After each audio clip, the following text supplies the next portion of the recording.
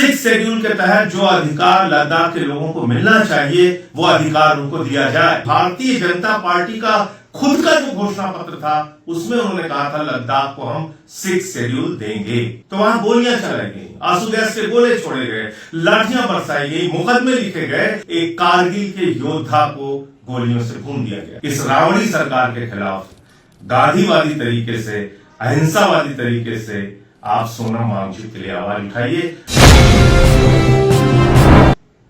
और इस देश के अंदर जो कुछ भी घटित हो रहा है वो भी कहीं ना कहीं इससे तालमेल खाता है। एक तरफ रावण के रास्ते पर चलने वाली सरकार है, अन्याय और अत्याचार करने वाली सरकार है, जुल्म करने वाली सरकार है, और दूसरी तरफ अहिंसा के रास्ते पर चलने वाले, गांधी जी के रास्ते पर चलने वाले सोनम वांगचुक जी जैसे लोग हैं जो सच्चे देशभक्त हैं, जिन्होंने देश के लिए एक नहीं अनेक आविष्कार किया, दुनिया में जिनका नाम है। मैग्सेसे अवार्ड से लेकर तमाम पुरस्कारों से उनको सम्मानित किया गया। क्या होना था सोनम वांगचुक का? पिछले कई सालों से आमरण अनशन कर रहे थे, पदयात्रा कर रहे थे, बार बार ये कह रहे थे कि सिक्स शेड्यूल लद्दाख में लागू करो। सिक्स शेड्यूल के तहत जो अधिकार लद्दाख के लोगों को मिलना चाहिए वो अधिकार उनको दिया जाए। और ये ऐसी कोई नाजायज मांग नहीं थी, ऐसी कोई गलत मांग नहीं थी, जो अहिंसक तरीके से वो बार बार सरकार के साथ विनती और प्रार्थना के साथ कर रहे थे, लंबी लंबी पदयात्राएं करके कर रहे थे।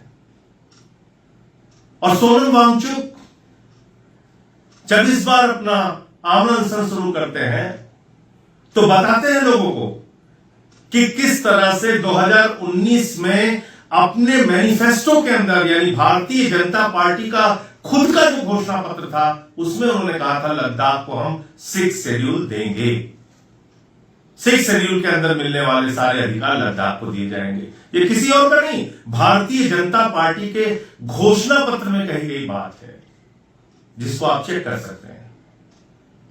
बावजूद इसके आमरण अनशन के दौरान जब वहां लोगों का गुस्सा फूटा, लोगों के सब्र का बांध टूटा, तो वहां गोलियां चलाई गई, आंसू गैस के गोले छोड़े गए, लाठियां बरसाई गई, मुकदमे लिखे गए, और यहां तक कि एक कारगिल के योद्धा को गोलियों से भून दिया गया। मोदी सरकार की पुलिस ने कारगिल के उस योद्धा को, जिसने 30 दिन तक पाकिस्तान की सेना से लड़ाई लड़ी, उसको गोलियों से भून दिया। वो शहीद हो गए। उनके पिता भी सेना में थे, उनका बेटा भी आर्मी स्कूल में पढ़ता है। ऐसे लद्दाख के लोगों के अधिकारों को कुचल के आप क्या संदेश देना चाहते हैं मोदी जी? लद्दाख चीन की सीमा से लगा हुआ राज्य है। लद्दाख, कारगिल, लेह का जो इलाका है वो चीन की सीमा से लगा हुआ भारत का क्षेत्र है। और आप वहां के लोगों को खुद अपनी कार्रवाइयों से सरकार के खिलाफ खड़ा कर रहे हैं, अपने खिलाफ खड़ा कर रहे हैं। इसके लिए कौन जिम्मेदार है? सिर्फ और सिर्फ रावण के रास्ते पर चलने वाली मोदी की सरकार, कोई और नहीं। आज सोनम वांगचुक को आपने एनएसए की झूठी धाराओं में जेल में डाल दिया। कई दिन से उनके परिवार वाले भी उनसे संपर्क नहीं कर पा रहे हैं, किस हालत में है लोगों को पता नहीं। लेकिन क्या हम सब लोग इस रावणी कार्रवाई पर चुप रहेंगे? क्या हम सब लोग इस रावण की तरह आज के युग में किए जा रहे अत्याचार और अन्याय पे खामोश रहेंगे? यह हमको तय करना है, यह हमको सोचना होगा कि और कितना अन्याय आप बर्दाश्त करेंगे। किसान आंदोलन करता है तो खालिस्तानी कह दिया जाता है। नौजवान अपने अधिकारों के लिए, रोजगार के लिए, एसएससी पेपर लीक के खिलाफ जब सड़कों पर उतरता है तो उसको लाठियां से बजाई जाती हैं, लाठियों से पीटा जाता है, मुकदमे लिखे जाते हैं और कहा जाता है कि ये तो नेपाल जैसी स्थिति हिंदुस्तान में पैदा करना चाहते हैं, ये जेनजी लोग हैं, इनको अपराध कर रहे हैं, इनको मारो, इनको कुछ लो। कहीं भी अगर कोई अपनी जायज मांगों के लिए सड़कों पर उतरे तो उसे लाठियों से पीटो और मुकदमे लगा के जेल में डाल दो। ये मोदी सरकार का चलन हो गया है। हमने देखा कि किस तरह से महराज मलिक को पकड़ के पीएसए की धारा में जेल में डाल दिया। तो आज हम सबको ये सोचना पड़ेगा कि क्या गांधीवादी रास्ते पर चलना गुनाह है? झूठे झूठे आरोप सोनम वांगचुक पे लगा रही है सरकार। उनके जो ट्रोल आर्मी जिसको कहा जाता है, झूठ फैलाने वालों की फौज जो है भारतीय जनता पार्टी की, जो ये कह रही है कि सोनम वांगचुक भी देशद्रोही है और झूठे बेबुनियाद आरोप उस सोनम वांगचुक के ऊपर लगाया जा रहा है जिसने इस देश को बहुत कुछ दिया। एक ऐसा सेना के लिए सोलर टेंट बनाया जिसमें अगर बाहर 15 से 20 माइनस डिग्री टेम्परेचर होता है तो सेना के लोगों को उस टेंट के अंदर प्लस 15 डिग्री टेम्परेचर में रहने का आरामदायक इंतजाम होगा। ऐसा टेंट किसी और ने नहीं, खुद सोनम वांगचुक के आविष्कार से बना। सोनम वांगचुक एक बहुत बड़ा स्कूल चलाते हैं जिसमें वो बच्चे पढ़ते हैं जो फेल हो जाते हैं, असफल हो जाते हैं। उनके जिंदगी को बेहतर बनाने के लिए वो लंबे समय से एक स्कूल चलाते हैं। सोनम वांगचुक गांधीवादी और अहिंसावादी तरीके में यकीन रखते हैं, इसीलिए जब हिंसा हुई तो उन्होंने कहा कि मैं अपना आमरण अनशन तोड़ रहा हूं। एक उनका वीडियो दिखाया जा रहा है जिसमें कहा जा रहा है कि वो तो कह रहे थे कि अब जब चीन की सेना आएगी तो हम उसको लद्दाख में घुसने देंगे। कितने झूठे लोग हैं ये, कितनी बेबुनियाद बातें करते हैं ये, तथ्यों से दूर, झूठ फैलाने में मास्टरी। इसीलिए भारतीय जनता पार्टी का नाम मैं बार बार कहता हूं, ये भारतीय झूठा पार्टी है, भारतीय झगड़ा पार्टी है। देश में झूठ और झगड़े की बुनियाद पे अपनी बात को कहना चाहती है।